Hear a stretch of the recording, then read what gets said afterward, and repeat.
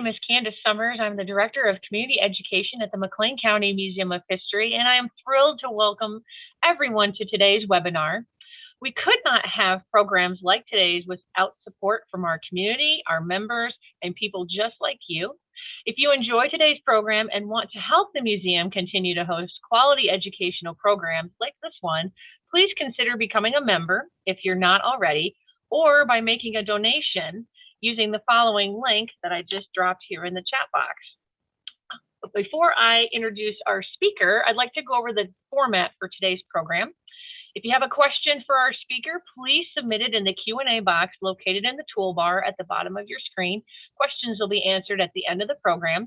If you're having a technical issue, say with sound, please drop a comment in the chat box and I'll do my best to see if I can help walk you through the issue. And with that, I am pleased to introduce you to today's speaker, Felix Fiedler, who is an art historian and psychologist from Germany.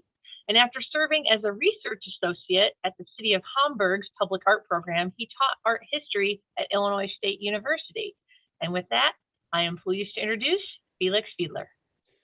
Candice, thank you so much. Thank you everyone for joining, spending the time together here. Thanks to the museum for engaging in these debates, launching these debates. And I'm going to just set the stage with a short introduction, and then I'll give you an idea of what I hope to be covering today.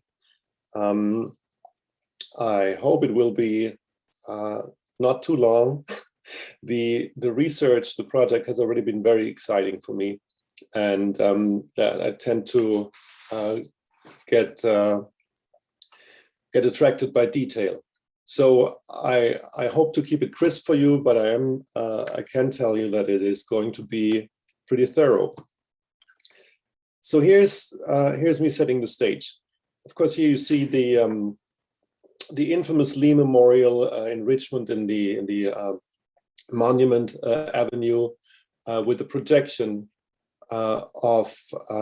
during a Black Lives Matter demonstration rally last year in 2020, and you can gauge from the image the air of excitement and frankly the air of revolt with regards to not only Confederate statues but also clearly structural racism in this country. And National Geographic took this image as their defining image for the year 2020 issue, and for their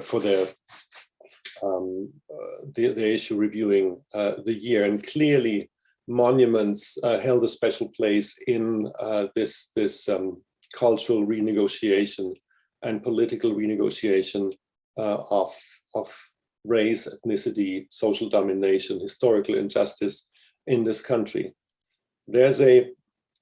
Has been an amazing cover by the New Yorker with the silhouette of George Floyd framing centuries of racist brutality and impunity.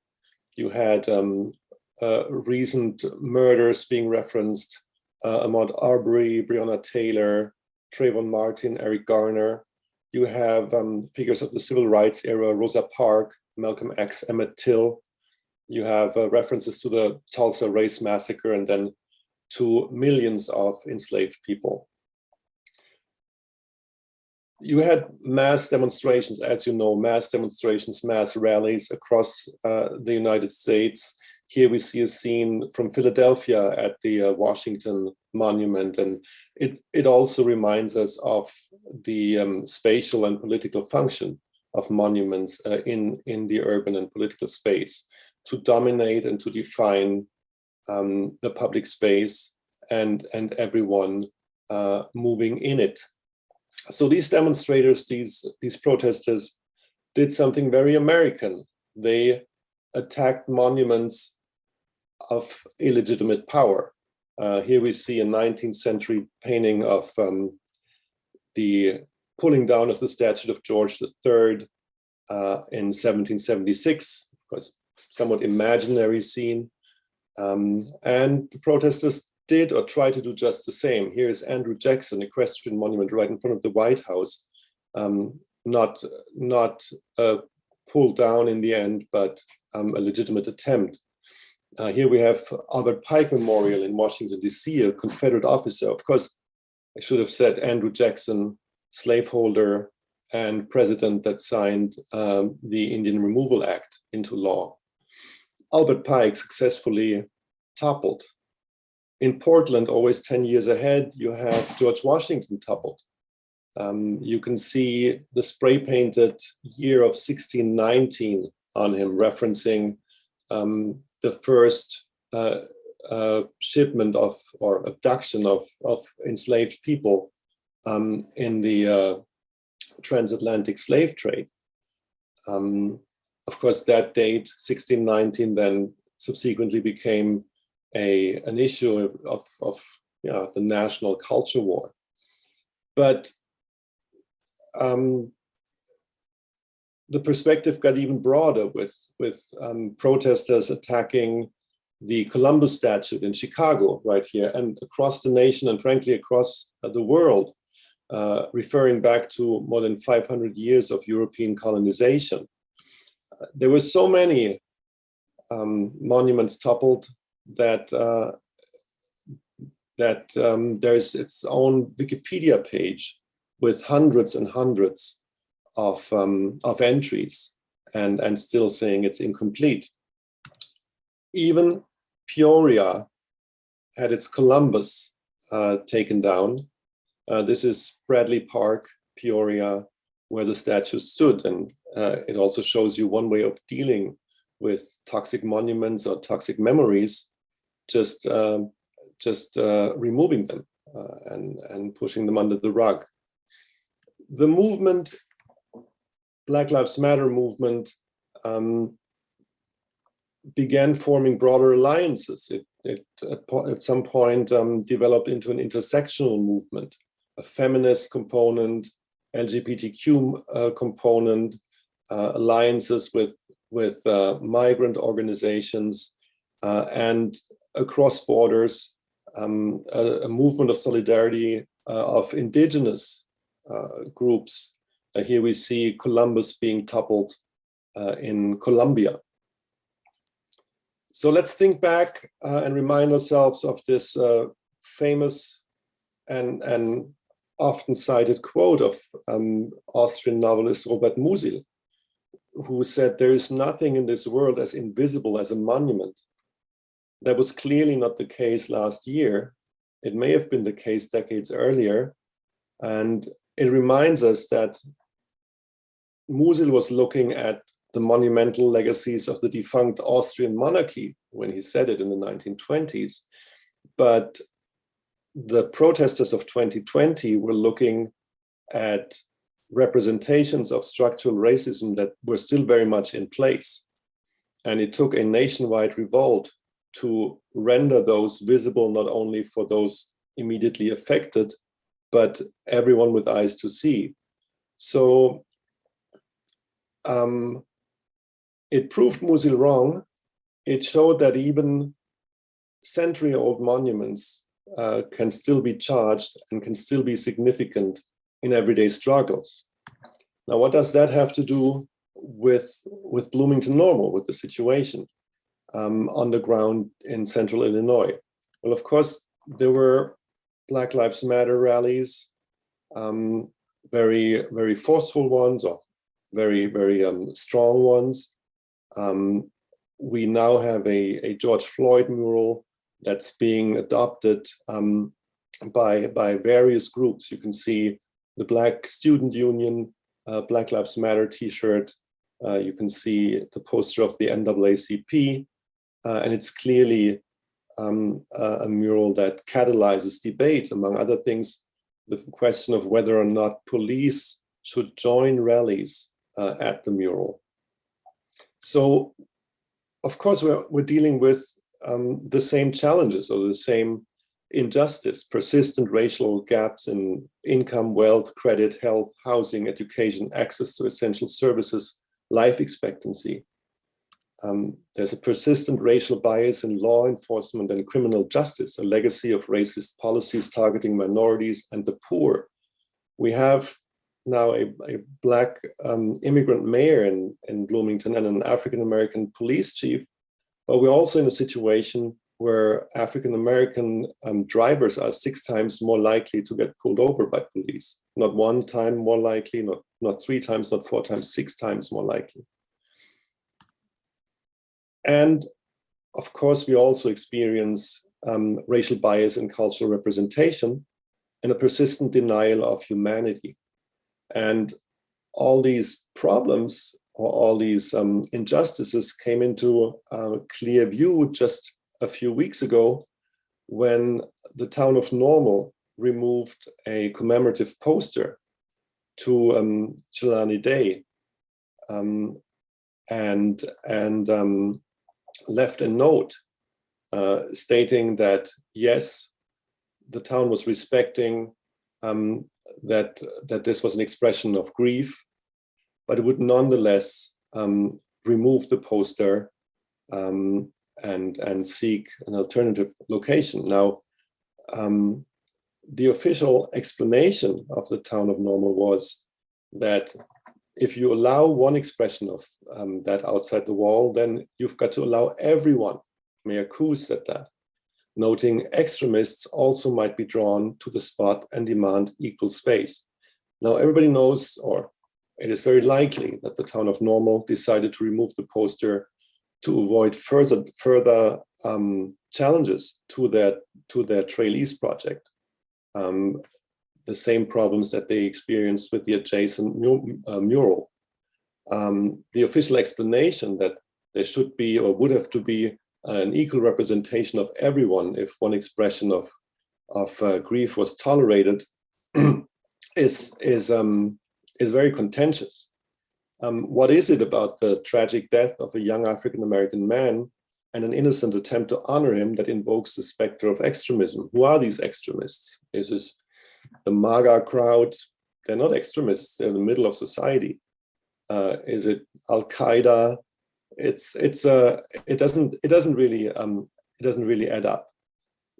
Questions have been asked. Would the city have acted differently if the young person was white? It's a very legitimate question, and the answer is probably yes. Now, Mayor Coos has seen the mistake and has apologized. But the question remains, how can a mayor that is generally aware and sensitive, how can a mayor in that position still decide to remove an innocent and authentic commemorative poster? And in the town council meetings, a speaker said the last we could have done was left his face outside. And memory is all Jelani's mother asked, and y'all couldn't even do that much. It brings us back to the question of who regulates memory, whose perspective is deemed appropriate and acceptable, what form of memory is appropriate, who decides, and what other interests may stand in the way. Perhaps unsurprisingly, the very act of erasing this memory created its own very bitter memory. This is just one example where a local hip hop artist picked up the situation and included it in a commemorative video. So this brings us straight to the heart of our discussion today about memory and governing the public space, authority to organize and restrict public space. Now, we're discussing these questions kind of as a second part of a series that Bill Kemp has started back in March when he talked about, we have my son coming in. This is the classic Zoom bust. I need, excuse me.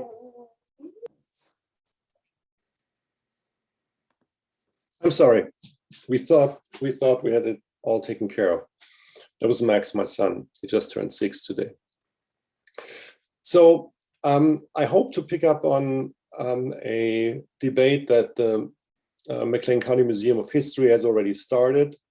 And I just want to acknowledge a number of people who are already in that debate or have been in that debate and frankly in that activism for many years. It's obviously the museum. It's not in our town. It's the West Bloomington Revitalization Project. And it's Mike Matika that who has helped me out with a lot of information over recent years about labor history, and something that's very important as an alternative also, or a correction of somewhat idealistic official histories. So I want to acknowledge that work and kind of state the bottom line that memory is not about the past, it's about present conflicts and present political ambitions, present political struggles. And this is, you know, the understanding with which I'm going to start in this presentation. Public history is intensely political and monuments play a major part in it. And today I'm hoping to lay out how and under what ideological dynamics. Briefly about my background, Candace introduced it. I'm studied Holocaust commemoration of national histories of violence quite a bit. I worked in Hamburg in a project that was tasked to reinvent or reimagine public art in a city that prides itself of a quite ambitious public art program. Teaching at ISU, I was developing a course called Imagining Race in the US, looking for affirmations of racial identity and racist stereotype throughout the history of the US. And in my PhD, I'm dealing with the convergence of Holocaust memory and post-colonial resistance. Today, I'm hoping to go through 4 chapters. One is US Monument Wars Revisited. Second one is public space, public art, evolution and critical forms. Third, an inventory, Bloomington-Normal public art. And a fourth, models and pitfalls. And I'm going to say that imagining possibilities for public art is always a risky business because many conditions have to be met for public art to become real. The most important one is a social movement that wants it. And the second most important one is political power and money to realize it. So this is not an attempt to pretend everything is possible. It's more an attempt to invite allies to work together and maybe build that pressure to find significant relevant ways of public history and public art that are relevant for today and for today's injustices and struggles. So let's go straight to US Monument Wars Revisited. And I just want to kind of bring together a few dynamics that characterize the current monument struggle in the US. We have a situation where the election of and re-election of Obama really epitomized that the US is no longer dominated by, frankly, white men, an electorate of white men and white families. It was a broad coalition that included many blue-collar white families, but it was clearly a diverse coalition. And we saw the backlash in 2016 when racist fear-mongering appealed to a white and largely male constituency and got Donald Trump elected. I guess you all remember, they're bringing drugs, they're bringing crime, they're rapists. It's coming from all over the South and Latin America. It's coming from the Middle East, etc. And the vision that Donald Trump put against that was make America great again, a nostalgic appeal to the good old days that compensates status insecurity. That's putting the psychologist hat on. We live in a society that systematically produces status insecurity. We're 40 years into neoliberalism and all the friction it creates. And of course, a nostalgic appeal that would guarantee the hegemony, the dominance of white America must be very appealing, must be very effective. And so it was. Now, there were fringe elements, if you can call it that, or extreme elements, the alt-right movement. Here you see images of the 2017 Unite the Right rally in Charlottesville, Virginia. And specifically, you're seeing a nationalist rally at the statue of Thomas Jefferson, kind of Nazi stormtrooper style, with torches. And the slogan they were yelling was, "You will not replace us." And at times it was, "Jews will not replace us," those two.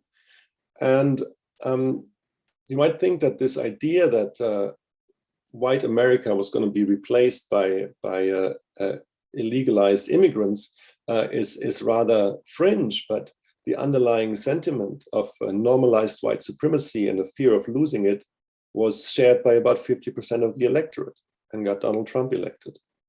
In that process of kind of ideological readjustment, we see that historical monuments change their meaning.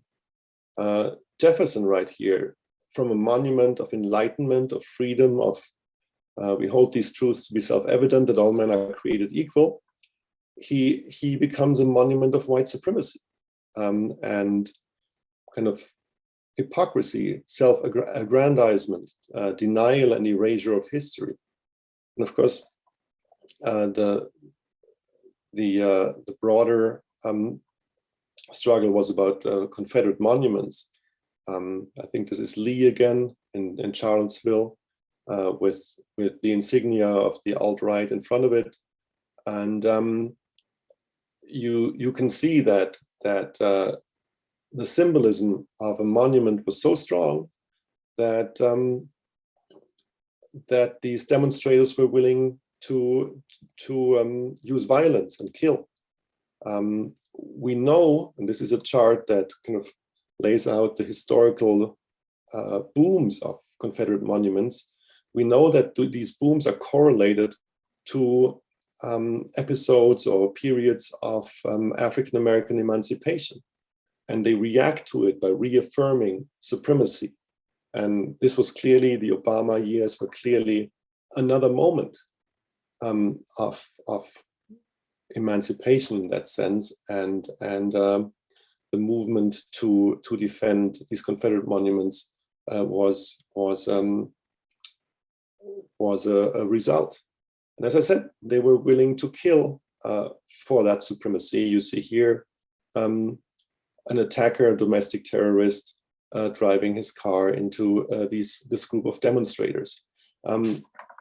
What has been discussed a lot in the media was Donald Trump's statement that there were good people on both sides. And when you look at the transcript of the press conference, you find something that might be more important or more interesting in our context, and that is Donald Trump kind of taking it back to the journalists and cornering them by saying, well, George Washington was a slave owner. Was George Washington a slave owner? So will George Washington now lose his status? What about Jefferson? What do you think about Thomas Jefferson? Do you like him? The reporter is totally baffled, says, I do love Thomas Jefferson. Okay, good. We're going to take him down, the statue, because he was a major slave owner. So kind of Trump put on the record what in the mainstream discourse was still a little bit taboo. And that is the fact that not just these Confederate generals, but the entire political fabric of the United States is contaminated by centuries of slavery, segregation, and structural racism. And this is what I want to achieve in this little chapter, to kind of highlight how these mainstream political iconographies are contaminated. You see the White House, a Greek revival architecture, clearly a representation of this ideology of white antiquity, which was in fact associated with white supremacy. The idea that antique sculptures and temples were pristine white, which they weren't. And you see this ideology of whiteness reflected in a painting of the same year the White House was built or inaugurated, completed. You see an early Lady Liberty in full white garb, teaching freed, formerly enslaved people the European culture, the classicist European culture, and they kneel and are in awe about all this civilization and wisdom. We see 50 years later a similar scene in Chapman's painting Baptism of Pocahontas, where the Native American kneels and is baptized and is accepted into the white realm of civilization.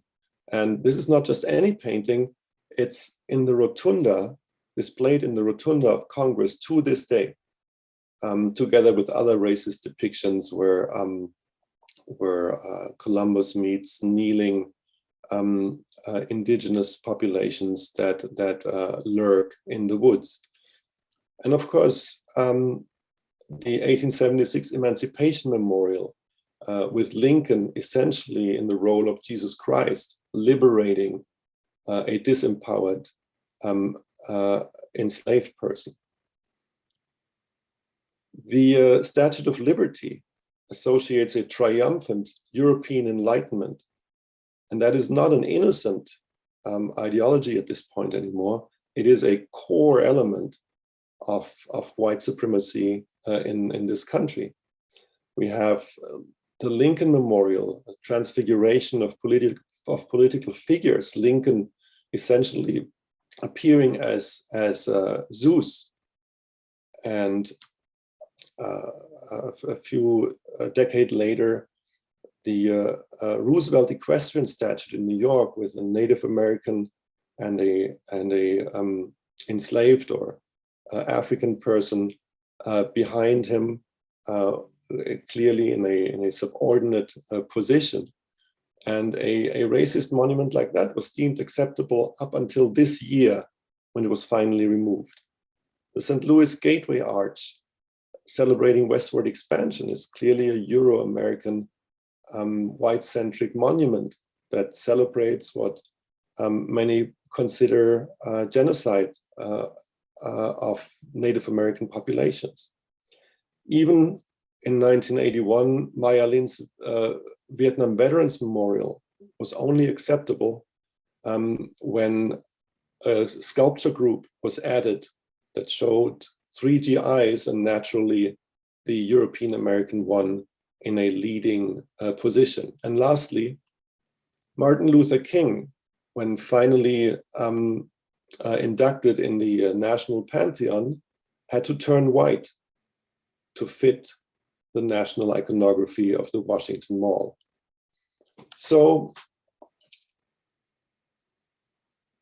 I hope this shows that the entire iconographic apparatus of the United States is toxic, or the dominant iconographic apparatus is toxic. And this matches the key findings of the National Monument Audit that was just released a few weeks ago by paid by the Mellon Foundation and written by the Philadelphia-based Monument Lab. It says, monuments have always changed. The monument landscape is overwhelmingly white and male. The most common features of American monuments reflect war and conquest. The story of the United States, as told by our current monuments, misrepresents our history. You see all the men, here you see a chart of who is represented in the first 50. You see generals, you see landowners born into wealth, enslavers. Half of the top 50 persons that are memorialized in the US apparently have been enslavers, and almost all of them white men. So that is kind of a frame of reference of iconographic analysis. There is no monumental or iconographic safe space, not even Abraham Lincoln, as we will see. And that's the premise under which I'm gonna investigate the monumental landscape. My second chapter is kind of a brief sketch of traditional and contemporary strategies in public art and critical forms, which I hope will give us some leverage as to how we could reinvent public art that is meaningful and doesn't reproduce these toxic legacies. And I'll begin with the traditional concepts of monument and space. There's a production and domination of public space through representations of government or divine authority. Here you see the Moscow monument of Tsar Alexander III, right in front of the Cathedral of Christ the Savior. The monument was put up in 1912, and it creates a strong association between church and state, which was the structure of social domination in Tsarist Russia. You see that only 5 years later, Alexander III is decapitated. Kids play with his bronze head during the October Revolution. The church behind him also gets blown up, initially to make space for the Stalinist Palace of the Soviets, with a little Lenin statue or massive Lenin statue on top of it, you see on the bottom left. When the funds weren't there, and after Stalin was ousted, or after his death and the state de-Stalinized, authorities decided to turn the construction site into an outdoor pool. And it's right next to the Kremlin in the center of Moscow. So you can say that this pool has turned into somewhat of a monument as well. Placemaking is an innocent vocabulary that every city planner is sure to include in their recommendations, but placemaking always implies a government that has the power to make place. And of course, our clearest example are the absolutist or the absolutist monarchy in France, Place de Victoire, where we have Louis XIV in the middle, and the entire urban space revolves around him, is produced around him.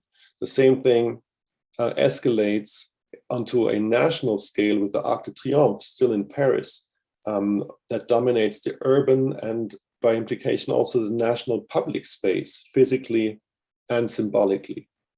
This creates a certain hierarchy also in who can move how in the public space. Depending on status, places empower some and disempower others. Here we see the famous and beloved Caillebotte painting from Chicago, where we see the haute bourgeoisie moving very comfortably in a space that might be intimidating and disempowering for others. And we see that same tendency or aspiration in the City Beautiful movement here in the United States. This is the Burnham Plan of Chicago, 1909, which essentially tries to recreate these spatial relationships. It hasn't been realized. What has been realized, for example, is the Michigan Avenue Bridge, the Sable Bridge, And in the bridgehead, we see a stylistic reproduction essentially of the art of the Arc de Triomphe in Paris.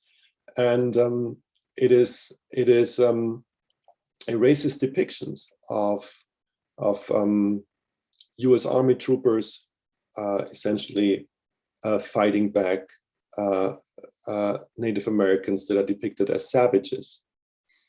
So styles and iconographies remain largely Eurocentric and often racist.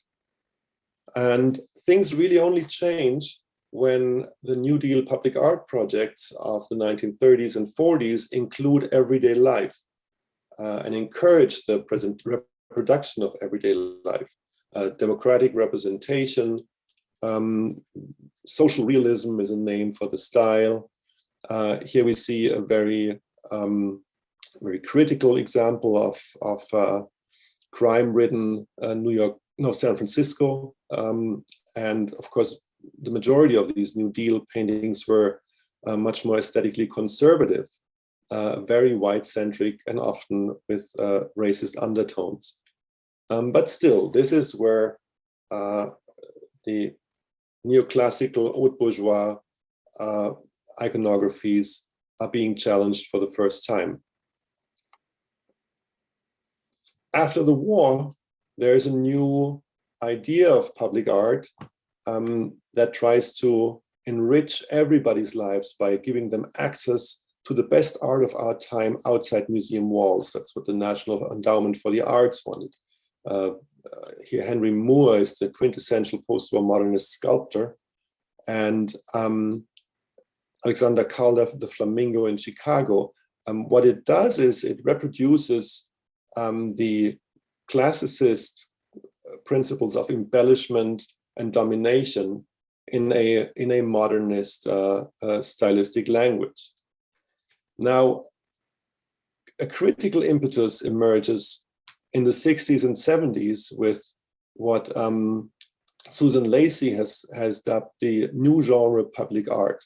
And I'm really boiling this down to some essentials.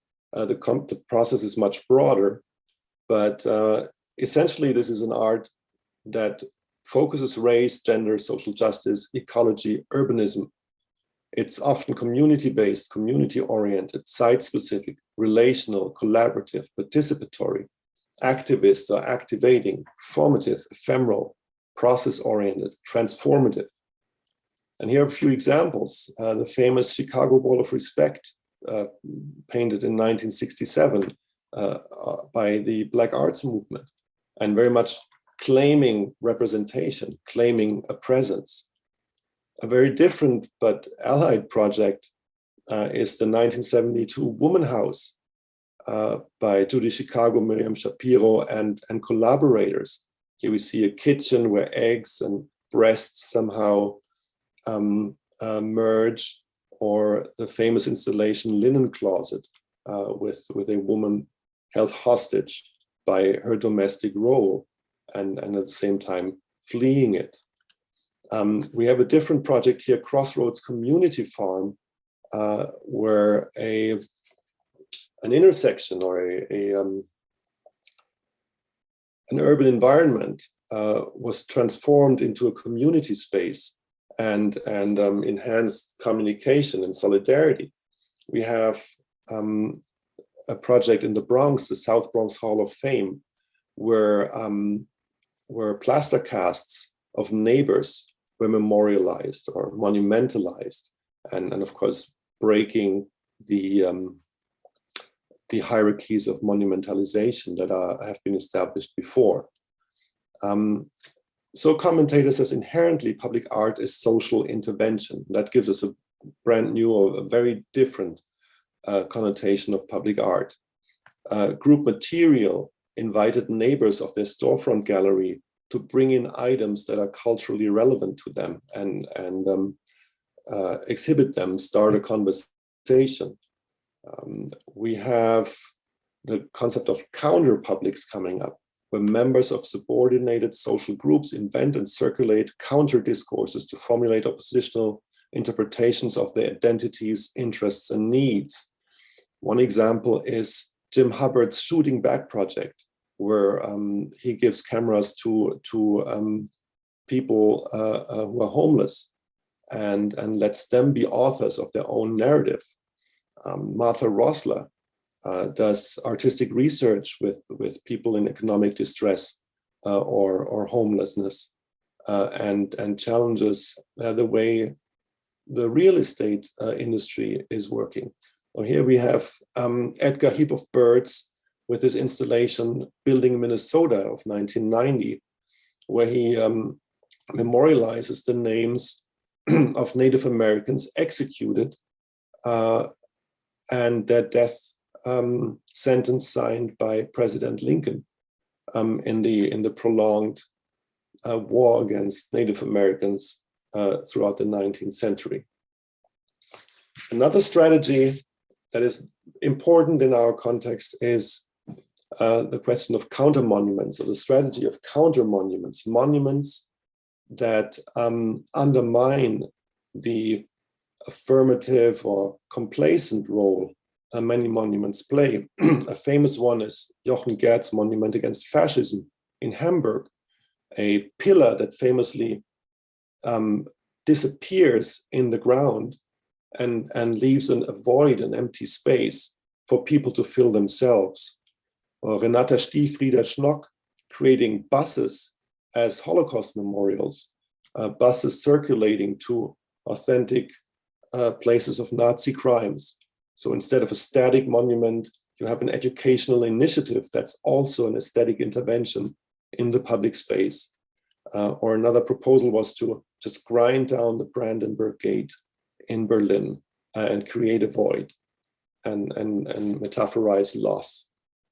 So these were important monumental interventions, so much so that Susan Neiman, an author here in the US, wrote a whole book about learning from the Germans and how Germans had managed to deal with their histories of violence so well. And I can just add from my own research that it was also very self-serving many times. So there's a real benefit in this counter-monumental activity in terms of national ideology in Germany, but that's a different discourse.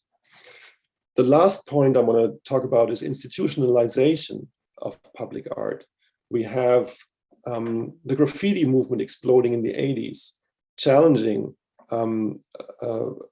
public authority, mainly white authority, and it gets repressed brutally, and instead we see mural programs. Here's one in Chicago. Philadelphia has one, every city has one now. The problem with this is that they regulate these expressions much tighter. This famous Pilsen mural about the Mexican immigrant experience was painted by a Euro-American, white, non-Mexican or non-Hispanic artist. And it essentially presents a story of the rise of immigrants to wealth in the US, a very idealistic narrative. Lastly, of course, there's the problem of a spectacle. Here, public art at the Burning Man, or public art in Chicago, Anish Kapoor's Cloud Gate, the Bean, 2006. It's a barn burner, everybody wants it, but it essentially invites or offers a superficial identification with the backdrop of the skyscrapers of Chicago that most visitors have no access to. So these are the pitfalls of public art that we have to deal with, but these are also the potentials of public art to make a difference in the struggles against injustice that we can hopefully mobilize. And with that, I would start an inventory of Bloomington-Normal. And we're going to start with Bloomington. The first premise of public space in Bloomington-Normal is that it was cleared of any Native American presence about 1820, 1830, 1820s, in the 1820s. And Greg Coos has let me read his manuscript on the matter for his new book that is about to be published, where he calls the removal of Native Americans here in central Illinois, the Kickapoo, the Delaware, he calls it straight up an ethnic cleansing. That is the first step that creates the possibility of a Euro-American public space, the kind of Euro-American public space that we see in this historic depiction of the courthouse square. We also see a functioning downtown as a central business district with businesses there, institutions there, entertainment there, streetcars there. There was life. It was an organic central business district. And of course, all this changes with the 50s and 60s eastward movement of businesses that kind of follows the suburbanization of the 30s, 40s, and 50s of residential subdivisions. And this deeply changes the urban tissue and thus the public space in Bloomington-Normal. It also changes the way people live and build houses and communicate. And this is just a very ideal, typical confrontation here between an older house with a porch, with an osmosis between inside and outside, as opposed to the kind of houses we have in these easternmost subdivisions, where everything is essentially shuttered down and turned into a bunker, with the only thing facing the street really being the garage. For downtown Bloomington, this means kind of the establishment in an attempt to save downtown Bloomington as a central business district, a dysfunctional traffic pattern with one-way streets left and right, East and Monroe, I think it is, and a central business district that is not regenerated, that is interrupted by vacancies and parking lots and a network of one-way streets. The result, and I'm kind of referring back to much of the research that Professor Lesser from ISU has been conducting, is one dysfunctional city center in Bloomington, an underserved west side, and residential as well as commercial sprawl in the east with fluctuating subcenters. So this is the situation where we're now. Historically, we have the typical standard commemorative pillars here, Bloomington's first Civil War monument, now in ruins and parked off of Linden Street, originally positioned in Fell Park. We have a very similar McLean County War Memorial or Veterans Memorial still standing, obviously at Miller Park. We have Lorado Taft's Trotter Fountain downtown, a memorial to the Trotter family. What does it show? Two Native American so-called maiden with Native American children and cups grouped around and an imposing but empty pedestal. Taft said about the memorial, "We lack traditions. We owe it to ourselves to make them.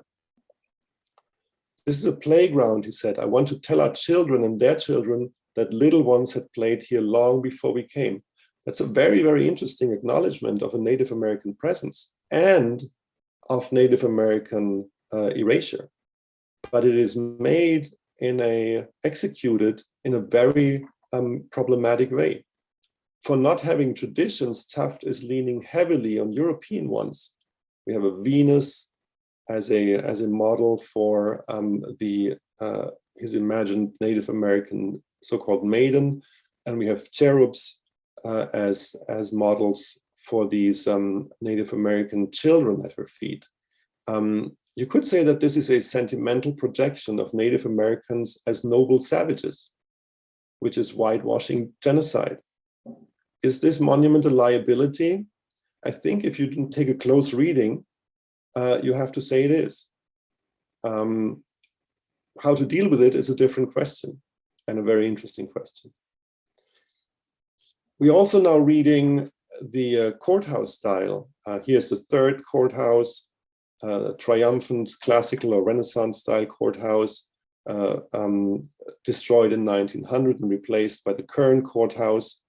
We see a transfiguration of Euro-American dominance, while segregation worsened in Bloomington-Normal. So even these beloved architectures are extremely problematic right in the center of downtown Bloomington.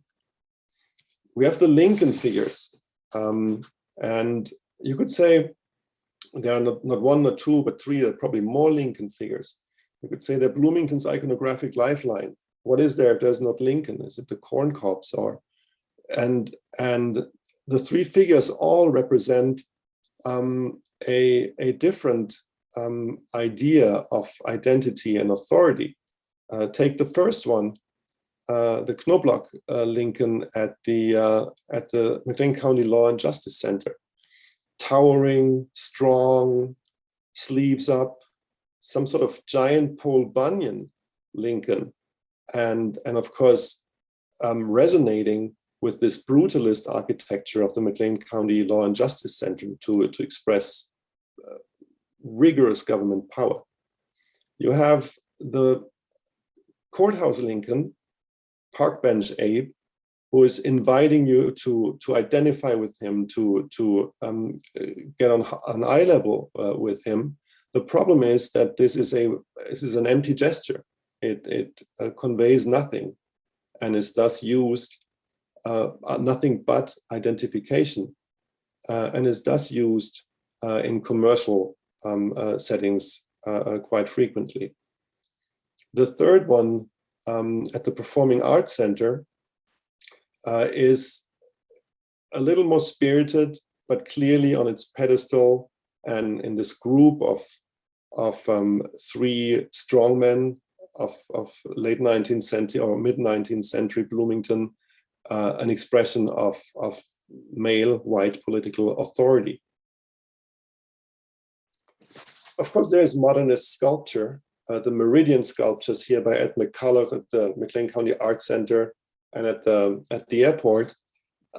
It's a late modernist meditation on space. It questions a highly organized space around it, but it also can be seen as a bit tame or deflecting history. And then the main movement we have, or the main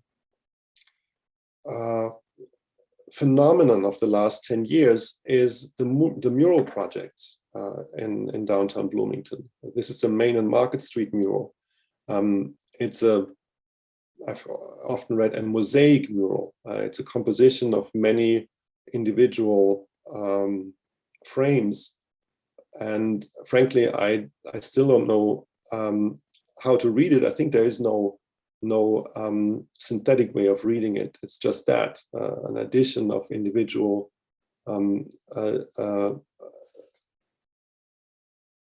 expressions of creativity put together in this mosaic mural. A bit different is the 2014 mural project, just at the next intersection, where we have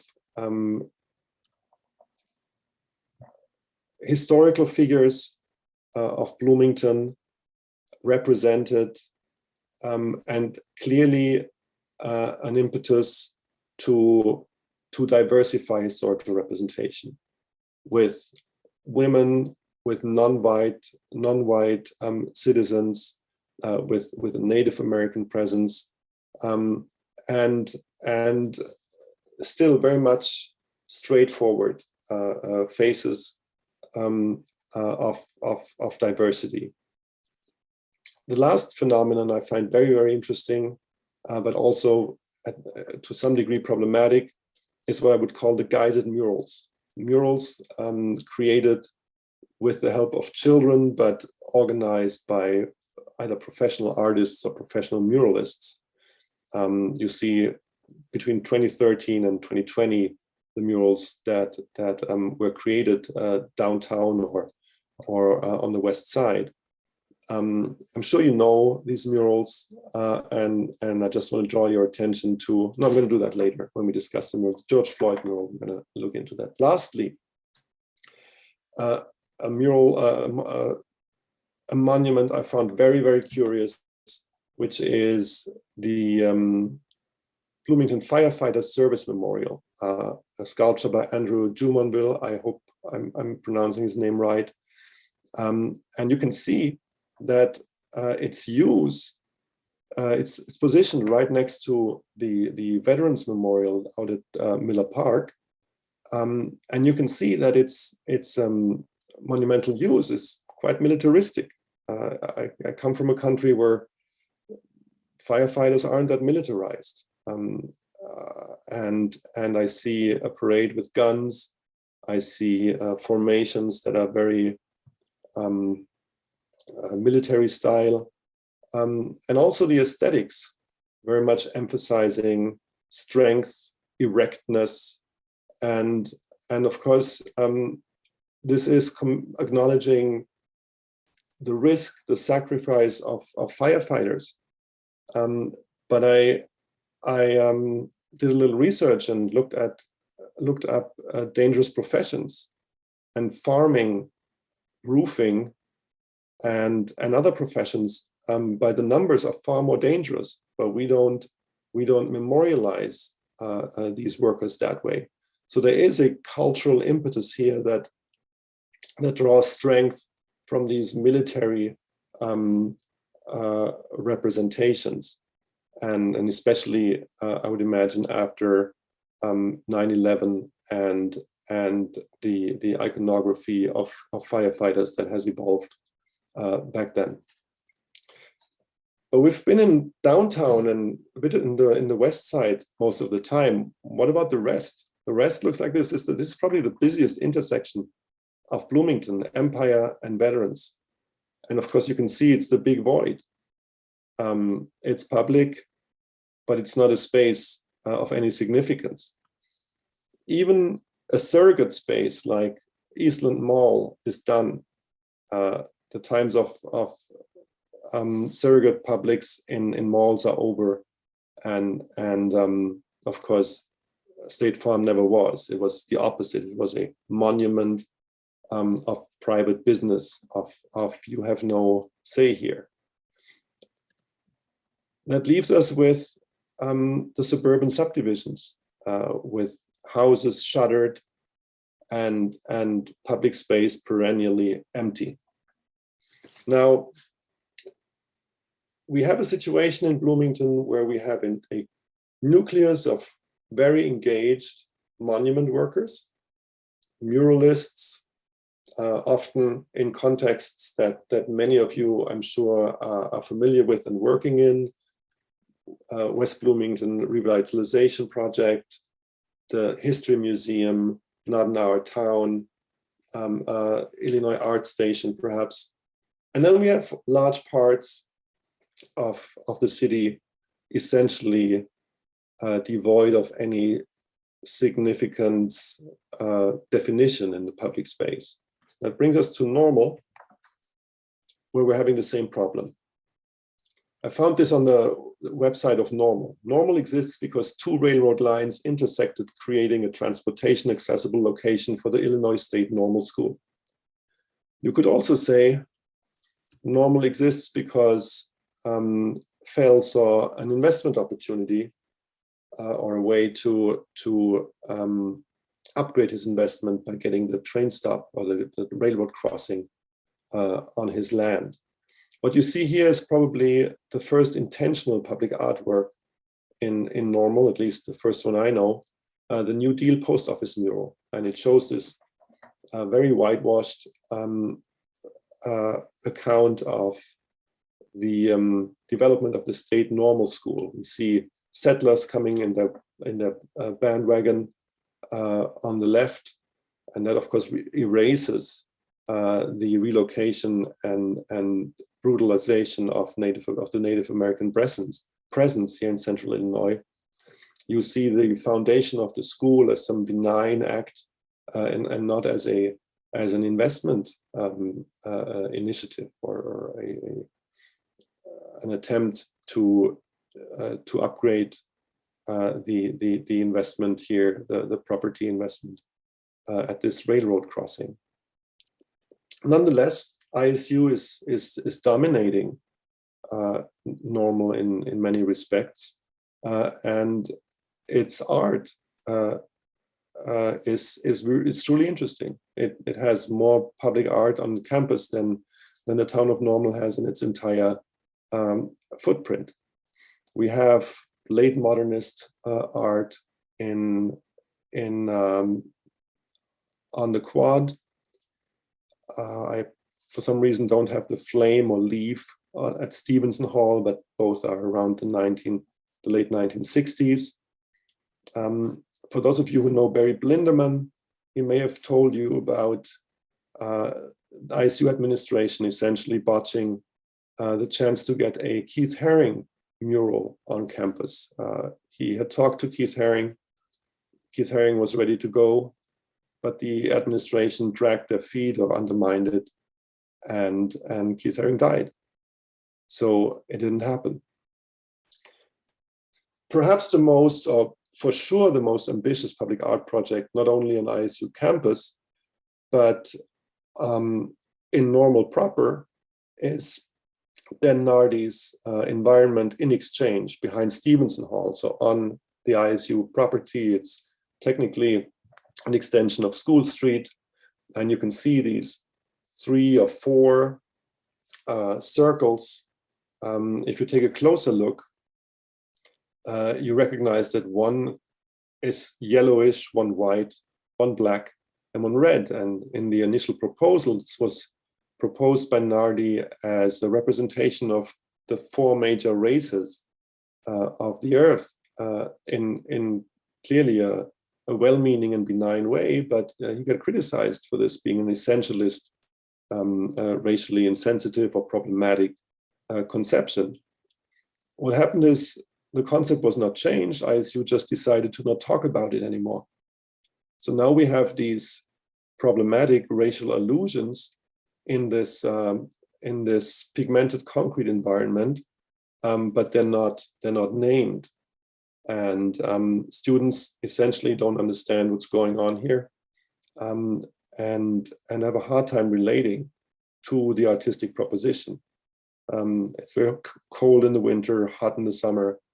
It's an amazing concept, but it doesn't necessarily resonate with the campus community.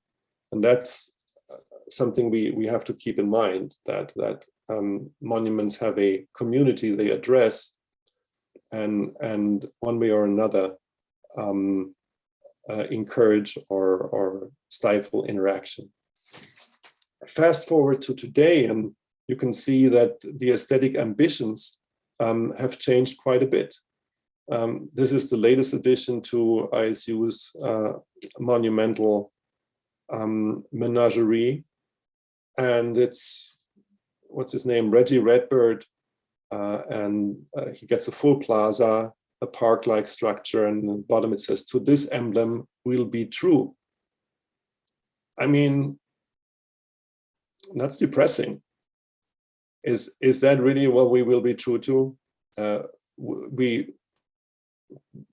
Back in the day, we were true to the flame called Logos in front of Stevenson Hall, and now we're true to a bird.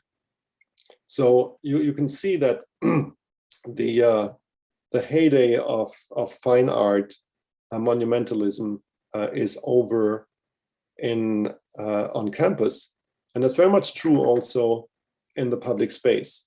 Normal, as far as I know, has no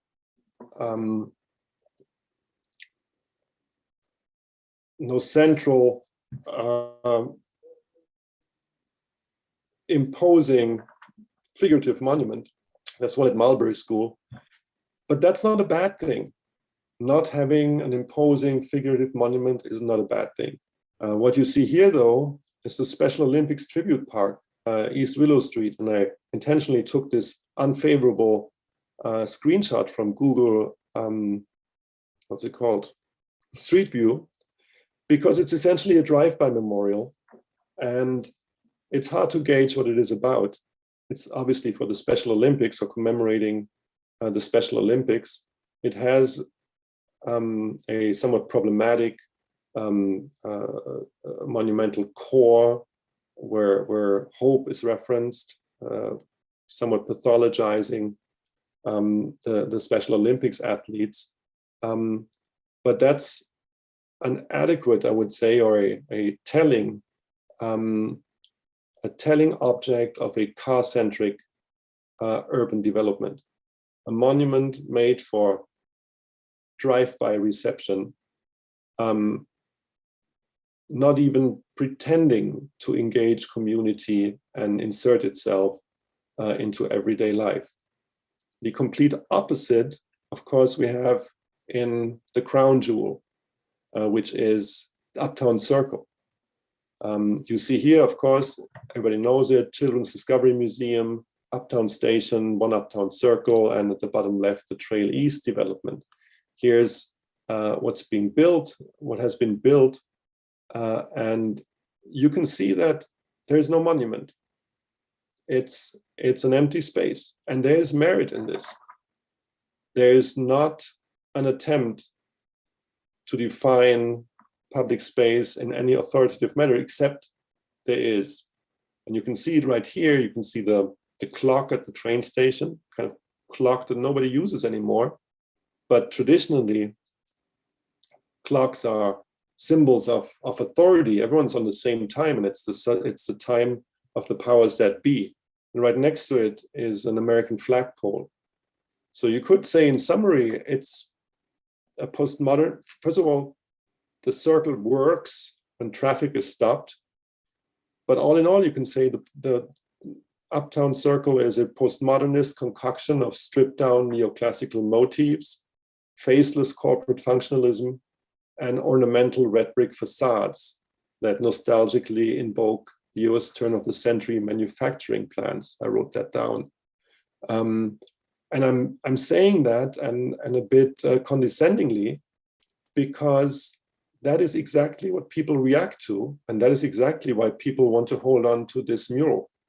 The mural controversy right there at the Circle, you all know it. The painters of this mural are opposing the destruction, took the city to court, of course, opposing this mural to be destroyed to make space for the Trail East development, and getting thousands of signatures for their initiative, and wrestling the town of Normal to concede that they will move the mural rather than destroy it. And this kind of sentimental, this mural, if you want to look at it from a perspective of the discourses and practices of contemporary art, you would say this mural has very little artistic merit, but it is full of sentimental value. And that is exactly what this development totally lacks. This is the Trail East development. So you can see in this somewhat bizarre mural controversy, a substantial part of the population reclaiming to be seen and reclaiming to be able to connect to their city center. It seems to be very important. And for that, they even fight for this mural. And if you see this Trail East colossus, you instantly understand why. I'm going to skip the details of that discussion, and I guess I got my point across, and call it a day with this part. That was the inventory, Bloomington-Normal. I would now go to the models and pitfalls. And again, this is going to be an incomplete list that will only benefit from everybody's input. And I just want to ask Candace, is there anything you want to say before I start this last part of the lecture? Nope, go right ahead. Nope. Go right ahead. Models, pitfalls. We've seen several different perspectives in this discussion about public art. We have a government perspective.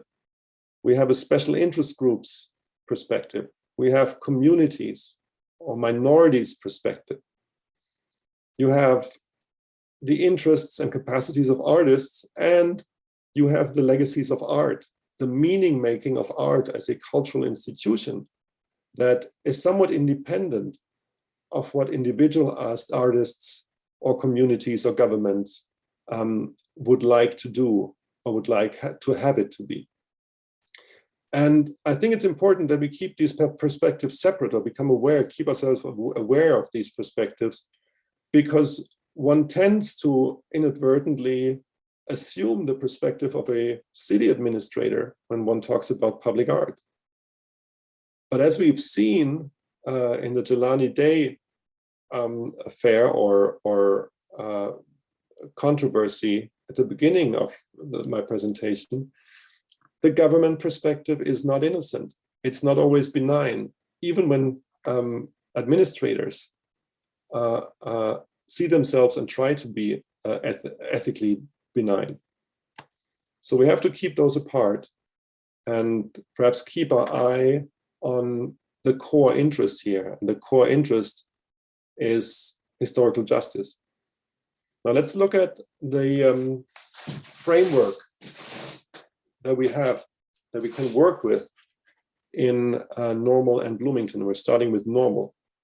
There's a document, the Normal 2017 Comprehensive Plan, Community Identity in Public Places is the last chapter, and the last part in that deals with public art. And here are the goals.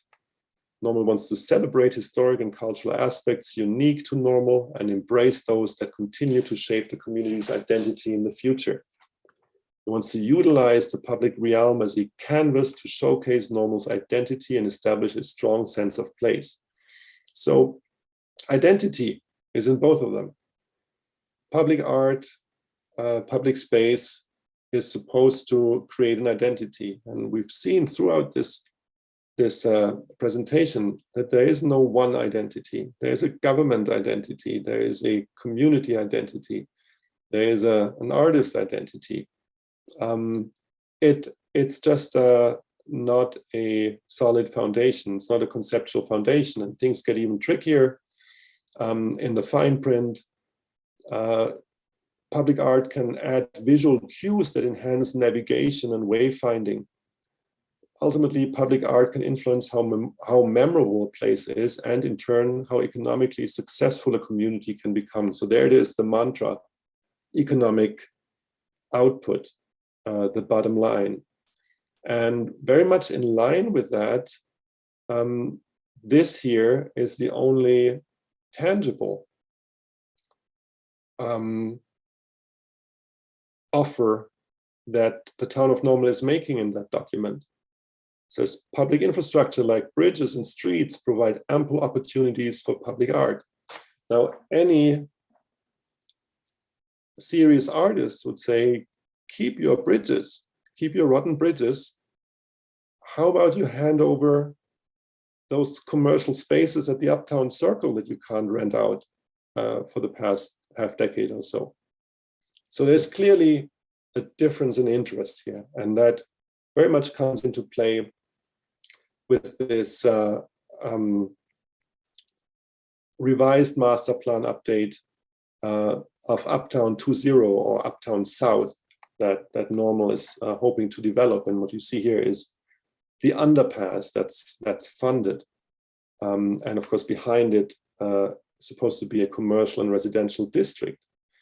And when thinking about public art or culture, this is what the town of Normal has to say.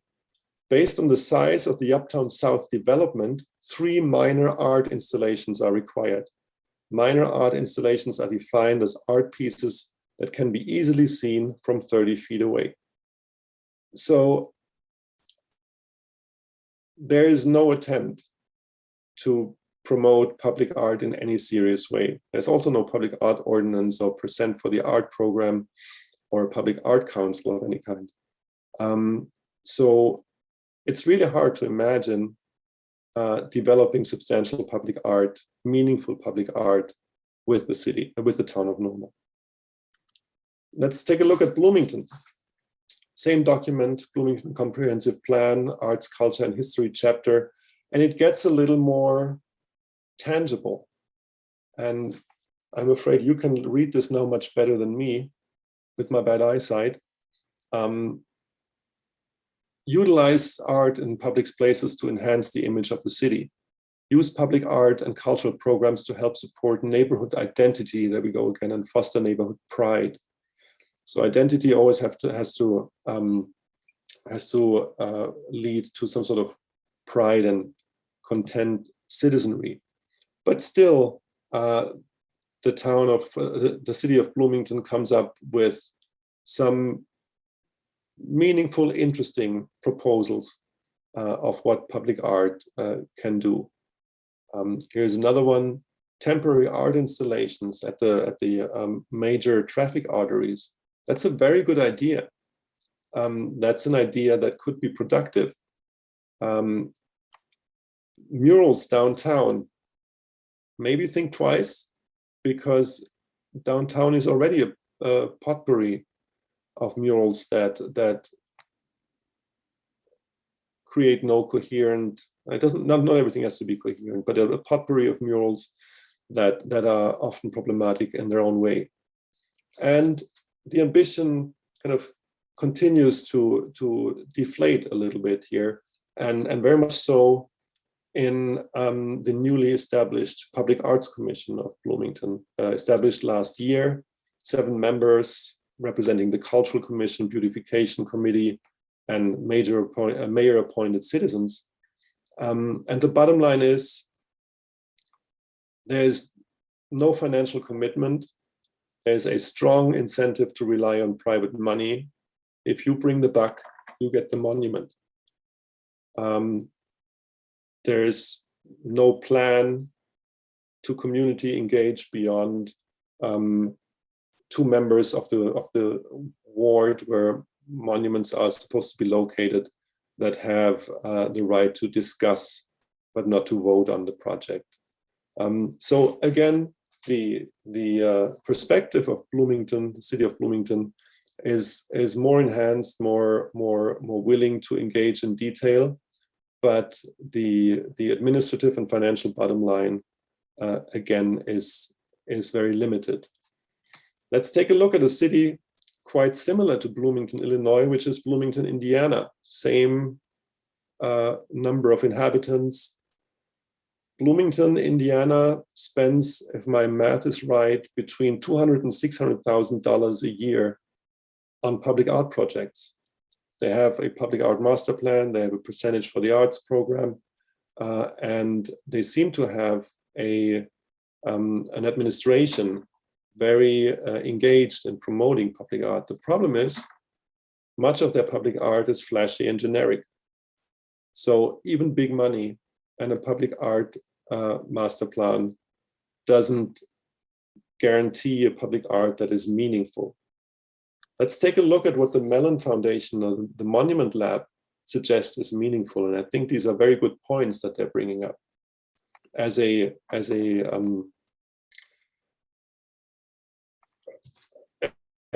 conclusion of their national monument audit, they say, support a profound shift in representation to better acknowledge the complexity and multiplicity of the country's history. Reimagine commemoration by elevating stories embedded within communities that foster repair and healing. Maybe you could say, well, before we go to healing, maybe we go to acknowledging conflict. Maybe we go to reparation. But still, in the end, that's the goal. Or engage in holistic reckoning with the monumental erasure and lies, and move toward a monument landscape that acknowledges a fuller history of this country. So there could be problems with each of these strategies, but as a general guideline, I find them very productive. Here's what could go wrong if what you take from the audit is that there needs to be equal representation in monuments. You could end up with something like this. The Women's Rights Pioneer Monument 2020, the first monument in Central Park representing historical women after Alice in Wonderland. And you see Sojourner Truth, Susan B. Anthony, and Elizabeth Cady Stanton. At the bottom right, you see the original plan. It was just the European American feminists or women's rights pioneers. And Sojourner Truth was only added after protests. Now, the fallacy of equal representation is that you buy into the aesthetic codes and canons of representation. And this one is clearly painfully stiff, naively descriptive, and it is historicizing the struggle against patriarchy or for emancipation, instead of actualizing it and drawing it into the present. This is very much what Kehinde Wiley does in his sculpture Rumors of War of 2019. He juxtaposes a Confederate monument with what's often interpreted as like an African-American man in an urban outfit or in a hoodie, clearly invoking the threat of racism and even police shootings. And of course, he appropriates an iconographic model of the Confederate monuments, but he actualizes it. He infuses conflict. He appropriates it and takes it away from the nostalgic representation or desires of those supporting Confederate monuments. On the same trajectory, we have Simon Lee's brick house sculpture or a monument in New York City on the High Line, overlooking one of these streets, and clearly drawing in iconographic traditions that are non-Western or non-white. In this case, West African traditions and Southern non-white traditions. And with that, not only confusing or stirring up the iconographic landscape, but also the steel architecture that surrounds it. So we got to be aware of the fallacy of equal representation. Minorities are not homogeneous, representation does not restore justice, and dominant aesthetics affirm hierarchies. Here's a very recent example of that. You may have heard of this, it's just a few days old. The installation, I am here, we belong, on the quad of ISU. And it's a commemoration of the National Immigrant Day. And the idea is that 1,000 flags that have printed on them the slogan, I am here, we belong, are displayed in this kind of geometric, or even say military formation around a dominant United States Star-Spangled Banner flag.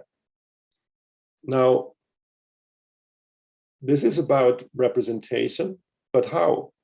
It's a representation that completely submits itself under an established iconography or scheme or template that has been used over and over again to represent military order and military hierarchies. So being an immigrant myself, I don't see myself represented in one of these flags at the foot of this towering Star-Spangled Banner. And that's what I wanted to express with that part of the fallacy of equal representation. There's a historical fallacy of the monument form. Long-standing hierarchies of class, race, and gender are institutionally ingrained, even if their injustice is officially recognized and memorialized. Some of you might remember this article that came out in 2020, My Body is a Confederate Monument, where the author, Carolyn Randall Williams, talks about the social, political, and biological legacy of rape and of enslaved women. And of course, the idea of an embodied history of injustice could probably be applied also to cities. Look at this: the West Market Street Plaza shuttered. The United States segregated cities embody historical injustice. No monument will change that. Restaurants in Bloomington-Normal were segregated. Suburban development still is socially and ethnically exclusive in many respects. That history is embodied in a city. Take this historical event, the Bloomington streetcar strike, or specifically the deployment of the Illinois National Guard to quell it, of 1917. Now, this is often referred to as like a nostalgic historical curiosity, like when Bloomington became a national issue. What I would suggest is that we see this as a part of a very long history of union busting that is very present in today's hyper-competitive economy, is very present in the precarious working conditions of frontline workers during the pandemic. This is not sedimented history. This is part of an ongoing struggle. So talking about monuments in Bloomington-Normal, I would say with historical injustice unresolved, emphasize conflict and struggle, not identity and achievement, in content as well as in artistic form and practice. Here's another example. The markers of Lincoln's lost speech of 1856 here in Bloomington, and Bill Kemp talked about this at length. It's a very humble or perhaps misguided presentation of these plaques. But what are you going to do with it? With a historical event or historical myth as enigmatic as Lincoln's lost speech? Are you going to showcase another Lincoln? I mean, this is a highly satisfying national myth. We don't know the speech, but we can project anything into it. It was so captivating, his argument against slavery, that people weren't even able to take notes anymore. This is a national myth. So if you're addressing it, don't address it from a perspective of local identity and pride. So my next principle would be called create stumbling blocks against myth and self-adulation. What about the Laredo Tuft fountain, the Trotter Fountain? As I said, it whitewashes ethnic cleansing, and with ethnic cleansing, I'm using a term that Greg Coos uses in his study, and it whitewashes what some consider genocide. Now, I understand there was a historical reenactment here, Kathleen Kirk as Georgina Trotter in 2013, and there's a lot of merit in this, and in a feminist perspective, her civic work, Georgina Trotter's civic work to reenact it and actualize it. But why are we emphasizing her role? Why are we not talking about the plight of Native Americans who were relocated or ethnically cleansed just 30 years earlier? So my next principle is called diversify perspectives, facilitate collaboration. Diversify perspectives, some would say decolonize perspectives. And there's important merit to that. my only reason to not use that term is because unfortunately there are other intersecting conflicts and histories of social domination. We're kind of coming to the end here, and of course, this is the marker at the formerly segregated beach in Miller Park. And what you see here is a phenomenon that I've really observed a lot in Bloomington-Normal, and that is Bloomington-Normal address histories of violence with written markers, not artistic reflection. And that's legitimate. Markers offer formal recognition. You can clearly see that representatives of African-American associations, the NAACP, in other pictures is present, clearly recognize this marker as a step forward. But it's also almost absurdly thorough to indicate or to tell the whole story in an annotation to public space over and over again. I'm not saying this should be done differently, but I'm saying it's a form that is perhaps a bit passive. It's necessary, of course, to spread historical knowledge, but it's also not activating the impulses that contemporary art could add to the conversation, and that can go far beyond a local marker. So another principle would be try contemporary art. It can fail, but it might also provide nuance and a sense of urgency. Black Lives Matter and the pandemic have temporarily repoliticized everyday life, but those impulses began to wear off. Contemporary artistic research can keep that flame alive.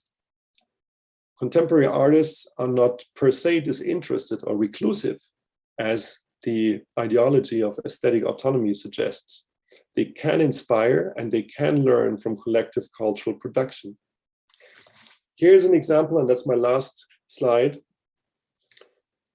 of where that happened and where we can see the merit, but also the problems. This here is Bruce Clark, the muralist, and Jovana Milosevic from Wesleyan University, or formerly Wesleyan University, who coordinated and guided a group of youngsters from the Boys and Girls Club Bloomington-Normal to have conversations about the summer of 2020, the Black Lives Matter movement, but as she pointed out, about anything they find worthwhile discussing. And she used very skillfully poems by other authors, but also poetic activity by the kids to develop those issues, those reflections. And the way she described it was fascinating, and she did this in a very conscious and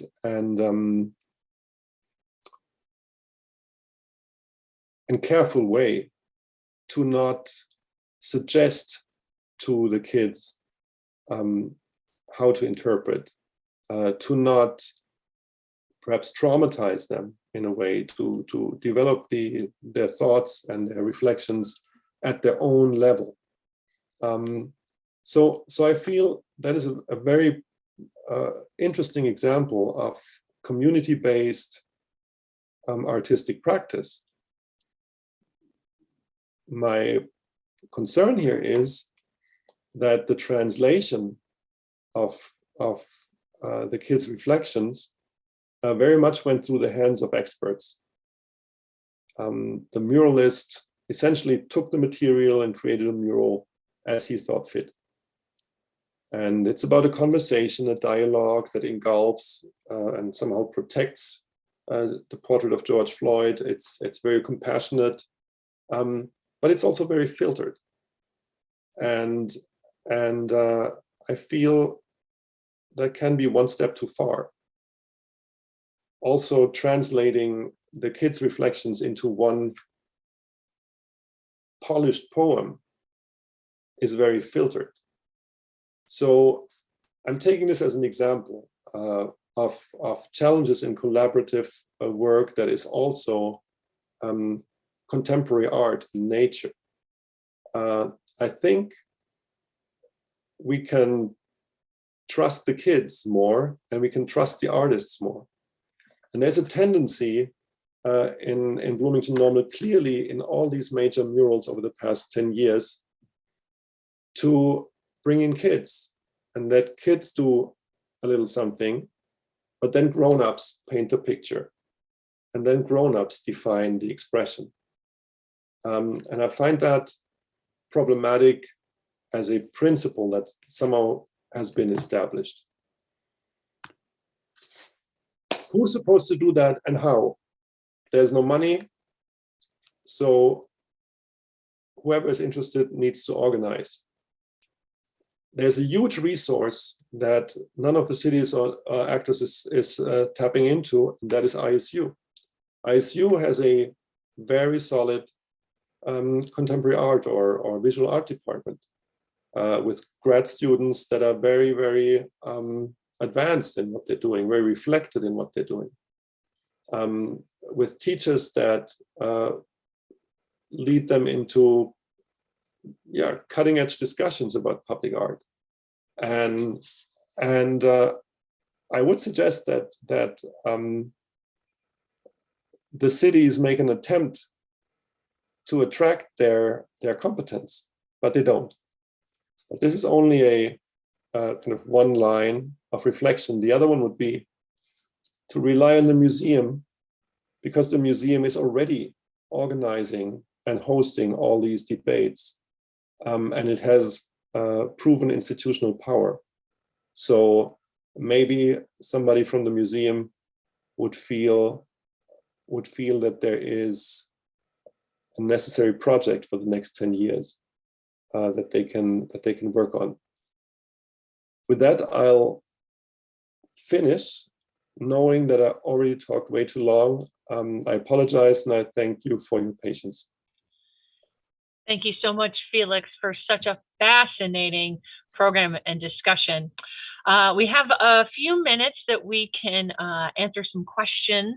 If people have any questions, you want to drop them in the chat or the Q&A box. I did see there's a couple comments that came towards the beginning of your presentation, and I will share them. One of them, isn't it going against the freedom of speech amendment? It wasn't an expression of hate. It wasn't an expression of hate. It was an expression of love from the community. So I'm assuming that was in reference to the Jelani Day piece that you were commenting on earlier in the talk. I didn't catch the contentious part of it. Could you help me with that? Isn't that going against the freedom of speech amendment? It wasn't an expression of hate. It was an expression of love from the community. Yeah, the city was very clear in it. It says it's our property. If we allow anyone on our property, everybody else can come. So it was a argument about property rights, and that seems to be clear cut. They have that right. They just shouldn't exert it. And my suspicion was that they just want to keep trouble away from the Trail East project. Another attendee, it's a comment. It makes me feel like my community is not for me. My community is for whomever is running the office, not me. It's not representation of me. Yeah. I mean, that's the feeling that in the summer of 2020, many millions expressed as minorities or as marginalized groups in this country, structurally discriminated groups in this country. And I think the big learning experience was that for many, and especially for a generation of kind of first-time activists, is that the government's not necessarily for you. The government is first and foremost for the government. And this example of the Jelani Day poster made that clear. It's about protecting an asset rather than rather than compassion. And again, this happens for structural reasons, not because people are bad, but because people run a government that has a bottom line and that need to organize labor and organize revenue. And that's why everybody loves Rivian. Another question. Did you have any commentary on the normal family sculpture at the former Normal Town Hall? Multiple controversies around that sculpture and its white hetero family. I have to admit, I didn't get to inspect it myself. I tried with Google Street View and all tricks. I didn't see it, but I trust the judgment of those who bring it up. I've been told that that is a problem.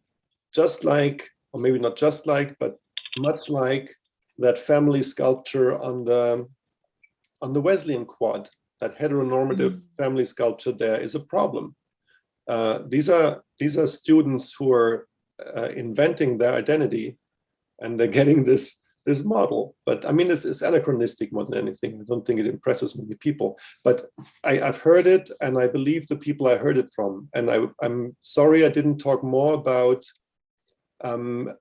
LGBTQ representation, because we're also looking back at a history of a century or more of repression and living in the closet and living in fear, and still, of course, living in fear in many respects. There are these annual vigils that in the main street that are being held for victims of anti-LGBTQ violence. Those are powerful forms, but I think more could be done, and maybe allies can come together here and do something about it. It was noted in the Q&A that the sculpture near the former Normal Town Hall was the site of an LGBTQ kiss-in a few years ago. The Normal family sculpture is also surrounded by shrubbery, so it is hard to get to. I mean, what's the word? Undercover action is a very tested and effective strategy of public artists over the past 40 years. And commenting on sculptures permanently, semi-permanently. Of course, as soon as you want it permanently, it's a civic debate, and civic debates can be very productive, challenging these stereotypes as represented by these structures. From a progressive perspective, they are only productive when you have resources of power, when you have clout. So that would be something to kind of organize beforehand. A very good question just came up in the chat box. How does a citizen, Bloomington or Normal, even begin to recommend a sculpture of Dr. King, Rosa Parks, or Sojourner Truth here in conservative Bloomington-Normal? I'm still kind of an outsider. I'm here. I know my way around, but I'm certainly not a Normalite or a Bloomingtonite. I recognize that I think McLean County voted narrowly for Biden this last election. And what really strikes me is that there are very many conscious, I know progressive is a curse word for some, but or at least, yeah, some constituencies, but there are so many critical and progressive people, but they don't seem to leave a footprint in the city. So conservative Bloomington-Normal, I mean, everybody's experience is probably more profound than mine, but I have a feeling there is a weird disempowerment of all the progressive and liberal forces here that don't really get to define cultural expressions that much. And I find that's why I find the work of institutions like the museum or the West Bloomington Revitalization Project or Not in Our Town so important and so valuable. And that footprint could be much bigger. Reading a question in the chat.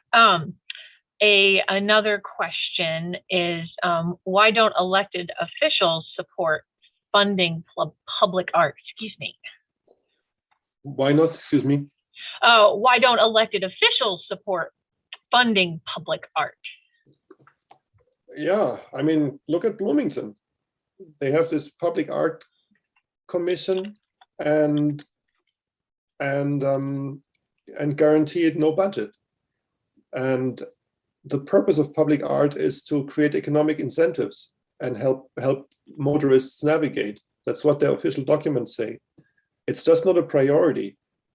And it will probably backfire if you have massive developments like Uptown South, and you put two minor alibi sculptures into it. I don't know why. I mean, everybody here knows budgets better than me. Maybe Greg Coos can say something about that. One comment was made in the chat that Mike Matiko, who's with Not in Our Town, he's also a museum board member, active volunteer. We have local people who were great civil rights people that deserve commemoration. The sad thing is we would need to start a fundraising drive to do this and then challenge the government to match it.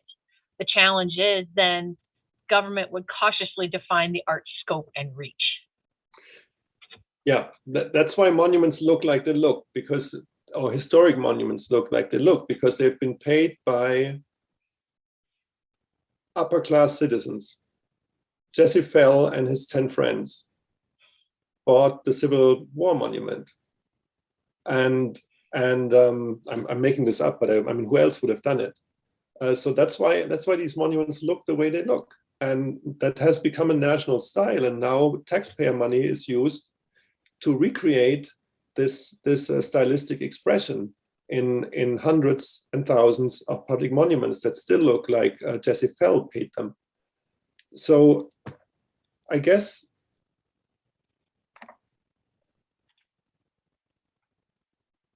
there's a potential in contemporary art. I'm thinking about the comment about the local civil rights leaders, kind of the content of the memorialization. I would again reiterate there is potential in public art to create impactful interventions that don't cost $50,000 and don't need to be cast in iron.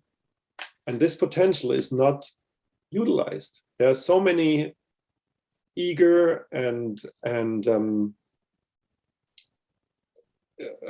honest artists in the ISU environment, but they don't feel invited to contribute their expertise. So that's why I did this long intro about the new genre public art and the kind of subversive strategies contemporary art has developed. I think there's a lot to gain here, and virtually nothing done in that direction yet in Bloomington-Normal. One more comment was dropped in the chat box. We need to develop and deploy a guerrilla-style artist brigade to impact the local community conversation. There are those in the academy as well as the broader community. Exactly. The problem is that this city, and this is why I brought in the urban structure, the suburbanization, the sprawl, this city systematically mutes public conversation just by the way it's spread, just by the way it's been developed in a car-centric way. So if you want to organize public art interventions, you need truckloads of material because people are so spread out. Right. And I think this is where, again, public artists could be instrumental in devising strategies, and they would just have to have a locus, a contemporary artist. I was going to say, they have to have allies and maybe an institutional locus that doesn't bully them. Could be the museum. Well, I will ask the final question for our discussion, because we are approaching 3 o'clock. But how could governments, how could communities, create this public art when it seems like meaningful public art, when it seems like there's controversy and no one wants to get involved with controversy? So how can anyone do it? So here are the dynamics of public art as I've come across them in Hamburg. As you said, governments in many cases can only lose. If they do progressive or ambitious contemporary art, 90% of the constituents hate it. If they want to fend off responsibility, they create a public arts commission led by an artist or an artist administrator with many artists in it, and you let them do their thing, but you have to give them a lot of money, and that is something that they're very reluctant to do. They also, and they literally write that in their ordinance, they are also very eager to get private money. And we're in a historical situation where private money is available for kind of critically reconstructing our monumental landscape. The Mellon Foundation has committed, I think, $250 million to transform American monuments over the next 5 years or so. So this is a first, and the window is closing. But this would be, I mean, it breaks my heart to say that, because I'm interested in contemporary art, not in money mining. But if this is what it takes, then there is an opening right now where administrators aren't timid because they're not committing to spend taxpayer money. Well, thank you for a very enlightening discussion. And I hope that everyone enjoyed it. And this will be loaded onto the museum's YouTube page sometime next week. So if you missed parts of it, want to watch it again, you'll be able to as well. I do want to invite everyone to our next online program, which will be our next Lunch and Learn, coming up on Thursday, November 11th, where it'll be the Bloomington-Normal labor market during the COVID area. And I'm just popping the link in the chat box if you want to sign up for that.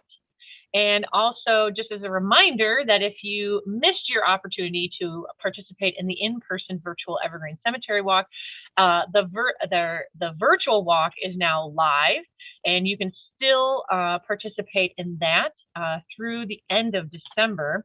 So I put the link in the chat box there too. Felix, thanks you again so much for a fascinating program, and thank all of you for joining us. You're very welcome, and I hope that you all have a good rest of your day. Thank you so much. Goodbye. Bye.